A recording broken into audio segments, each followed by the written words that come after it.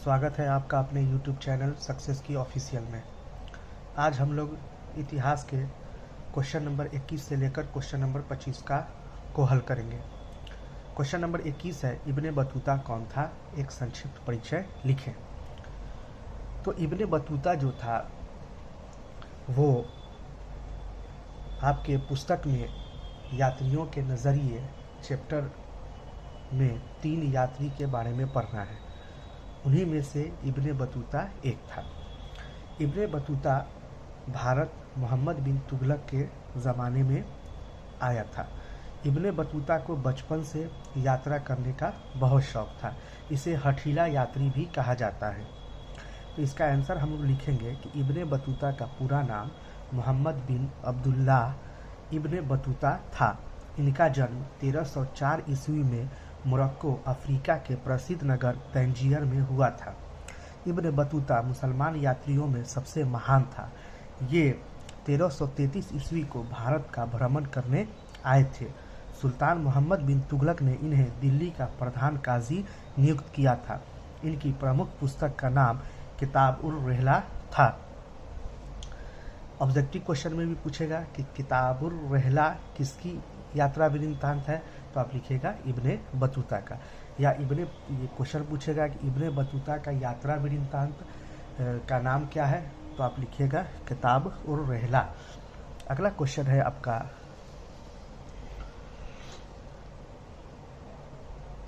22 number question है, उपनिवेशवाद का क्या अर्थ है?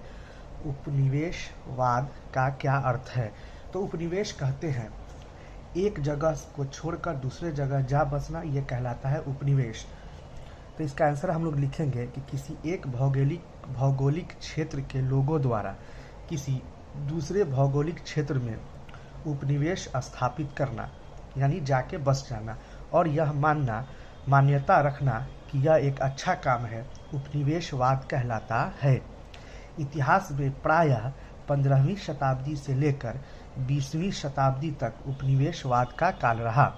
इस काल में यूरोप के लोगों ने विश्व के विभिन्न भागों में उपनिवेश बनाए, यानी यूरोप के लोग विभिन्न देशों में विभिन्न जगहों पे जाके रहना शुरू किया। इसी को कहते हैं हम उपनिवेशवाद।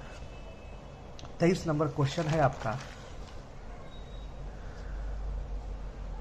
कि पूना पैक्ट के बारे में आप क्या जानते हैं?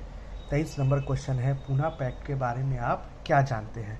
तो हम लिखेंगे इसका आंसर कि पूना पैक्ट भीमराव अंबेडकर तथा महात्मा गांधी के मध्य पुणे की यरवदा जेल में 24 सितंबर 1932 को हुआ था।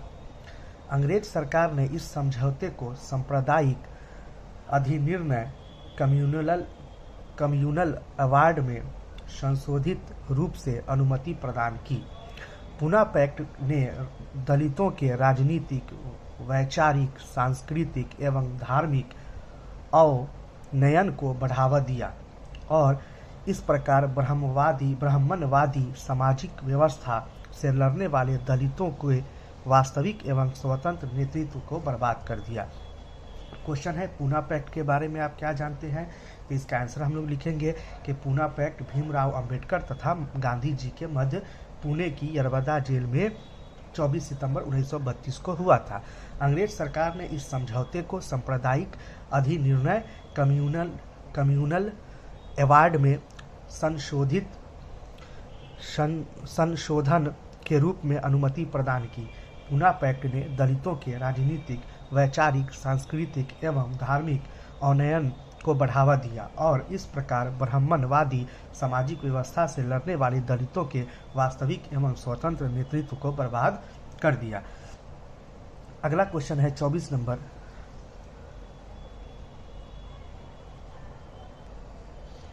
24 नंबर क्वेश्चन है, 1857 की क्रांति के असफलता के 2 कारण बताएं। तो 1857 के असफलता के बहुत से कारण हैं, लेकिन यहाँ आपसे सिर्फ 2 कारणों को पूछ रहा है, तो हम इसका उत्तर लिखेंगे कि 1857 की क्रांति की असफलता के 2 कारण निम्न हैं। पहला है नेतृत्व का अभाव, यानी कि जो 1857 की क्रांति हो रही थी, इसमें नेतृत्व का बहुत अभाव था। बहुत सब लोग अपने अपने क्षेत्र को अंग्रेजों से मुक्त करने के लिए लड़ रहे थे। सब लोगों का एक मत नहीं था। तो इसका हम लिखेंगे, पहला नंबर में लिखेंगे नेतृत्व का अभाव। इसमें लिखेंगे हम लोग कि यह क्रांति भारत के अलग अलग क्षेत्रों में छोटे छोटे विद्रोहों में बट गई थी। सारे क्षेत्र में वहाँ के शासक या विद्रोहकर्ता सिर्फ अपने अपने क्षेत्र को ही नेतृत्व करते हुए देखने को मिले थे। किसी ने इस क्रांति में सारे क्षेत्रों को जोड़कर एक राष्ट्रीय नेतृत्व नहीं दिया। मतलब ये कि सब लोग अपने अपने क्षेत्र का नेतृत्व कर रहे थे। अगर ऐसा होता कि सब लोग पूरे भारत से के लोग मिलकर एक आदमी उसका नेतृत्व प्रदान करता और सब लोग सहमति बना के अगर ये 1857 की क्रांति किए होते तो शायद सफलता मिल जाती। दूसरा हम लोग लिखेंगे इसका कि सीमित संसाधन। दूसरा लिखेंगे सीमित संसाधन, यानी कि अंग्रेजों के पास आधुनिक हथियार थे, जबकि भारतीयों के पास तो कुछ था नहीं। हथियार भी थे तो बहुत कम संख्या में थे। भारतीय लोग लाठी से, डंडा से, जो मिला उससे, कहने का मतलब है कि इस क्रांति में भाग लिए। तो इसका लिखेंगे हम दूसरा नंबर, सीमित संसाधन। इस क्रांति में भारतीयों के पास उतने संसाधन नहीं थे जिनके दम पर वे अंग्रेजों के आधुनिक हथियारों का सामना कर सकें। तो इस तरह से दो हम कारण को लिख देंगे। 25 नंबर क्वेश्चन है आपका कि चौल इमारतें क्या थी। 25 नंबर क्वेश्चन है कि चौल इमारतें क्या थी। तो इसका आंसर हम लोग लिखेंगे कि एक ही स्थान पर अधिक से अधिक लोगों को आवासीय सुविधा उपलब्ध कराने के लिए भारतीय शैली में बनाई गई बहुमंजिली इमारत को चौल इमारत कहते हैं। एक ही स्थान पर अधिक से अधिक लोगों को आवासीय सुविधा उपलब्ध कराने के लिए भारतीय शैली में बनाई गई बहुमंजिली इमारत को चौल कहते हैं। इसका निर्माण घनी आबादी के कारण मुंबई में औपनिवेशिक काल में किया गया था। तो इस तरह से आज हम लोग फिर 5 क्वेश्चन का आंसर देखें। फिर अगले क्लास में अब 5 क्वेश्चन और बच जाएंगे लघु उत्तरीय में, उसको हम लोग करेंगे। तब तक के लिए जय हिंद, जय भारत।